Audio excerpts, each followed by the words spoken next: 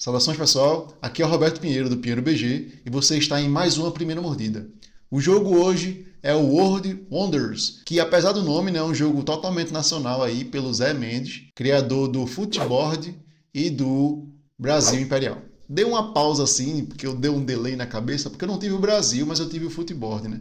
Então o Footboard eu já tive, joguei e tal, mas repassei, né? Acho que ele tem muito... Ele parece muito combate tático do RPG. Se você gosta de coisa assim, talvez você ache legal o jogo e valesse a pena você conhecer. Mas eu, particularmente, já meio que enchi o saco de combate tático do RPG, de tanto jogar.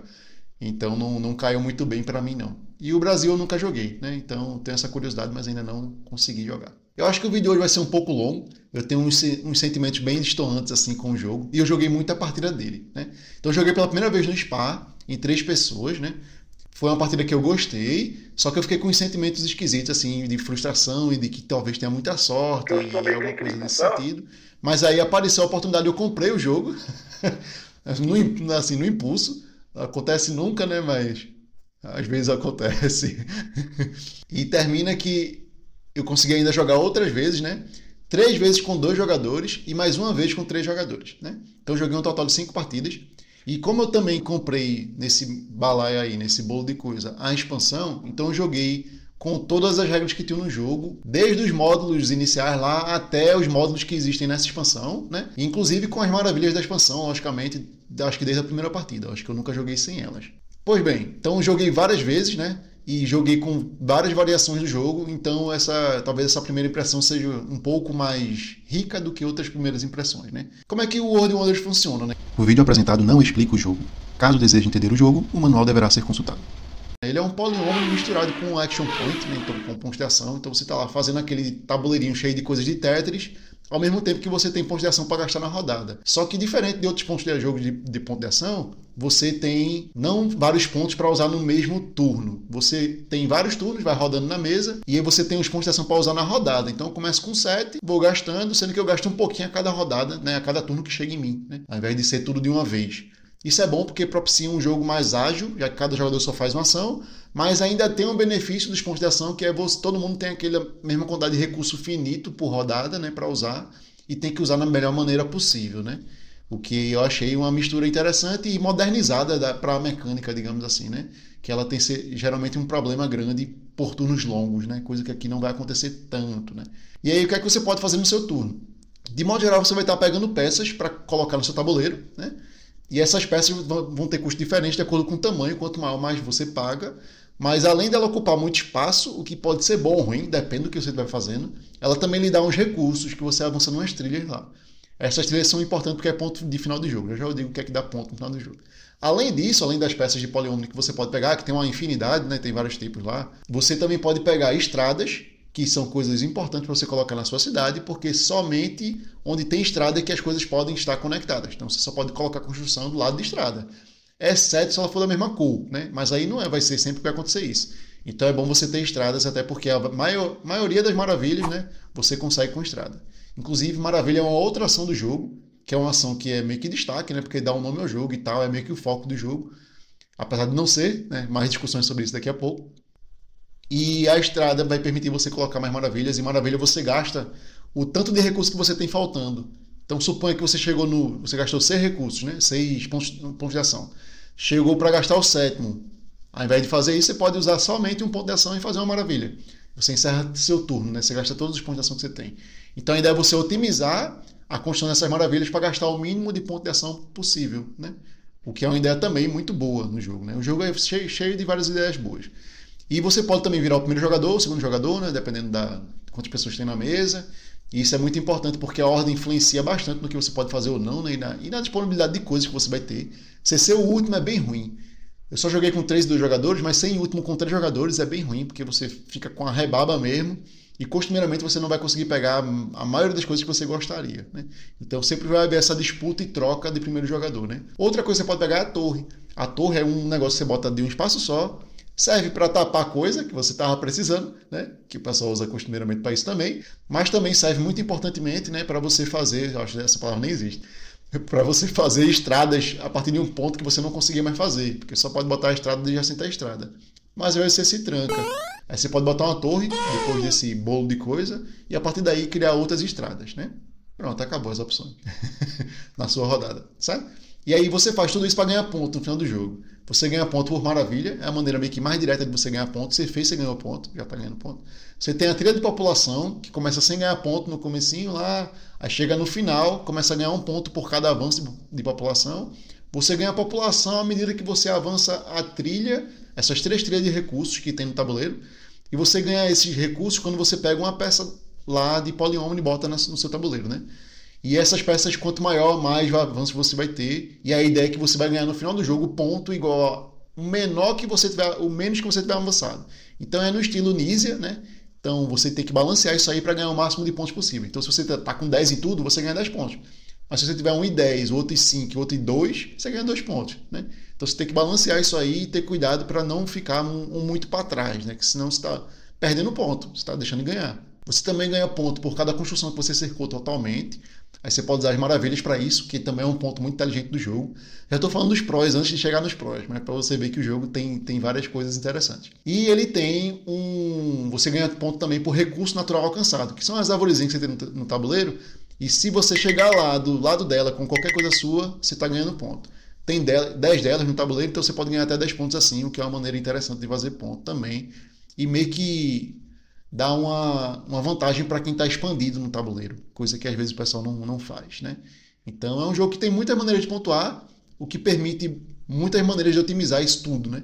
Que a ideia é você otimizar tudo para ganhar o máximo de ponto possível em tudo. Conseguir 10 pontos por recurso natural, conseguir uns 10 pontos por maravilha se conseguir, que é pegar numa toda rodada, né? E a ideia é otimizar, né? Então quais são os prós do jogo, né? Finalmente, já citei alguns deles, né? Eu acho que as maravilhas do jogo são um show à parte, assim. Todo mundo que vê se vislumbra. Costumeiramente em jogo tabuleiro, quando a gente tem algo muito bonito ou grandioso, ou é um componente só, né? Uns 3 componentes, são poucas coisas. Aqui não, são 30 e poucos componentes, todos de madeira, então não é de plástico. Eu particularmente não acho plástico tão legal. E o melhor ainda, além de ser de madeira, é tudo pintado. Aí isso aí gera um visual muito... É meio que um minimalista sem ser minimalista. É muito bonito, né? Então o jogo realmente ele se destaca na mesa, assim. E tem um impacto quando as pessoas passam e veem, porque é um negócio realmente bonito, né? Chega no final do jogo, você vai ter uma construção de uma cidade bem legal. Então eu vou mostrar aqui uma imagem, né? Edição. Vai ter uma imagem com o tabuleiro no comecinho, assim, com algumas coisas já. E vai ter ela no final. Então você vai ver a diferença, né? O quanto o tabuleiro enche, o quanto cheio de coisa fica e o quanto cheio de coisa diferente fica, porque cada maravilha tem um jeitinho diferente, então fica um negócio bem, digamos assim, glamuroso, eu acho, seria a palavra. Eu acho que o jogo usa poliômino de uma maneira bem diferente com as maravilhas, então elas não vão ter os formatos comuns em L, não sei o que, é um formato muito esquisito, que geralmente são até meio quadradão, meio que bruto, assim. Tem uns que são de um espaço só, então tem uma variação bem grande nessas maravilhas, o que permite muito fechamento diferente para você conseguir tapar as construções por completo, porque é isso que também vai lhe dar ponto no final do jogo. Então achei um uso diferenciado e inteligente das maravilhas para isso, né? E além disso, né, eu acho que o jogo ele tem decisões interessantes. Então você está sempre pensando em qual ação você vai fazer, porque você não tem plena certeza do que vai sobrar para você depois, né? Então você sempre está meio que angustiado pensando nas ações que você vai tomar e tudo mais. A interação é boa, né? E tanto é que se você não ficar pegando o marcador do primeiro jogador, você vai ficar para trás, você vai começar a fazer coisas que você não gostaria de estar fazendo porque não tem as opções que você gostaria, porque já pegaram antes de você, né? Então isso é um sinal que o jogo tem interação e ela está presente e você precisa estar em xeque e observando o que os outros jogadores estão fazendo constantemente, para saber o que eles podem fazer de maravilha, para saber o que eles não podem. Então você tem que estar ligado na mesa. Então isso é um ponto forte do jogo, né? E o jogo, eu achei, apesar do pessoal reclamar muito, ele bem balanceado. A reclamação do pessoal é que a maravilha valer 1 ponto é pouca coisa, não tem muito impacto. Eu acho o contrário. Eu acho que é interessante ela valer 1 ponto só, porque ela fica balanceada com todo o resto do jogo. Se ela valesse 3, 4, 5 pontos, fica um negócio distoante. Inclusive, dado essas críticas, o Zé Mendes, eu acho, na expansão, ele colocou as maravilhas tendo outras maneiras de pontuar. Maneiras de pontuar mais pontos. Eu acho que é até interessante, mas o jogo, por si só, o jogo original, não tem defeito com relação a isso. É mais uma picuinha, eu acho, do pessoal que não gostou das maravilhas não valerem tanto, do foco não ser nas maravilhas, né? E eu já explico porque eu acho isso muito legal nos contras, né? E, além disso, o jogo tem uma mecânica de empréstimo, então outro aspecto positivo, que às vezes você quer fazer uma coisa e não dá, tá faltando um pouquinho de dinheiro, aí você pega empréstimo, mas depois você tem que pagar ele, né? Então eu acho que é uma mecânica interessante para possibilitar turnos diferentes, senão fica tudo muito parecido.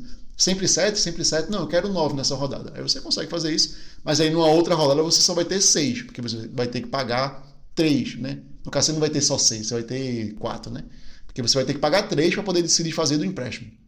Então você vai ter uns turnos meio que, né, uns turnos bem grandes, uns turnos pequenos, né? Se você ficar usando essa mecânica de empréstimo. Que às vezes pode não ser necessário, mas às vezes pode ser e pode render umas jogadas bem interessantes, uns turnos bem legais para você. Aí quais são os contras do jogo? Eu acho que, apesar de eu gostar muito de poliômino, o feeling aqui é um pouco diferente por conta das maravilhas. E aí, o encaixe das coisas é meio esquisito. Eu tive esse sentimento. E como a maravilha, cada um tem pré-requisitos diferentes para você cumprir, meio que beneficia muito você memorizar como as maravilhas funcionam, para quando ela aparecer você tá meio que pronto, né? É um negócio esquisito, assim. Eu achei muito arbitrário as coisas das maravilhas e muito de sorte. Às vezes você chega à maravilha, ela já está pronta, você não tem nenhum trabalho para colocar ela e ganhou um ponto. E às vezes você tem que fazer 2 ações para conseguir colocar a maravilha lá. Então são, sei lá, eu achei muito distoante e não é algo que você consegue planejar para tal. Porque essas maravilhas só ficam 3 abertas. Quando alguém constrói, entra uma nova. Então, às vezes entra uma nova que a pessoa já cumpre, às vezes entra uma nova que ela não consegue cumprir nunca, né? Pode acontecer também. E então eu achei muito variável esse negócio da maravilha. E é por isso que eu concordo que ela tem que valer no máximo 1.2. Se ela valer mais que isso, ainda vai aumentar mais a sorte de você conseguir fazer essa maravilha de sorte. Ela apareceu, você já faz, né? Então, eu acho que, para mim, a maravilha tem que valer o que vale mesmo, né? Porque ela fica entrando no jogo e se o cara der um golpe de sorte, ele só ganha um ponto. Imagina ele dar um golpe de sorte e ganhar 3, 4, né? Seria um problema ainda maior, né? Então, só que aí fica esquisito, né? Termina que a maravilha não é o ponto focal do jogo, ela dá nome ao jogo, é o componente mais bonito do jogo, mas você não ganha necessariamente por fazer elas, né? O que eu acho em termos de mecânica excelente, é muito bom. Mas em termos de mercado e de produto e tal, é esquisito, por isso que o pessoal reclama. Tanto é que a maneira mais, entre aspas, fácil de você vencer o jogo é você investir não nas maravilhas, né? E sim em fazer as construções todas fechadas. E lógico que você faz maravilhas quando der, trabalhe um pouco para ela, né, para conseguir fazer elas, desde que você não se atrapalhe com essas formações de poliôminos normais no tabuleiro, né? Então, gera um sentimento um pouco esquisito para quem gostaria que a maravilha fosse um impacto focal grande e talvez uma primeira partida esquisita para a pessoa que gostaria que é, né? Então, eu entendo quem reclama disso, mas eu discordo da reclamação, né? Então, apesar de eu estar falando do contra, eu estou falando a favor. Esse livro está muito esquisito. Eu acho que eu joguei para pensar P. Todas as partidas que eu joguei com 2 jogadores demoraram muito, porque a marcação é muito cerrada. Não tem como você meio que se entregar ao caos com 2 jogadores. Tudo que acontecer de ruim para você foi culpa sua. Então você não tem como culpar a sorte ou o caos por causa disso, exceto, né, quando abre uma maravilha você já pode fazer e tal. Aí você pode reclamar. Mas de modo geral é um jogo muito de marcação. Então a partida mais curta que eu tive com 2 jogadores foi 1h18. É um tempo muito longo para um jogo de 2 jogadores, né? Assim, com 2 jogadores.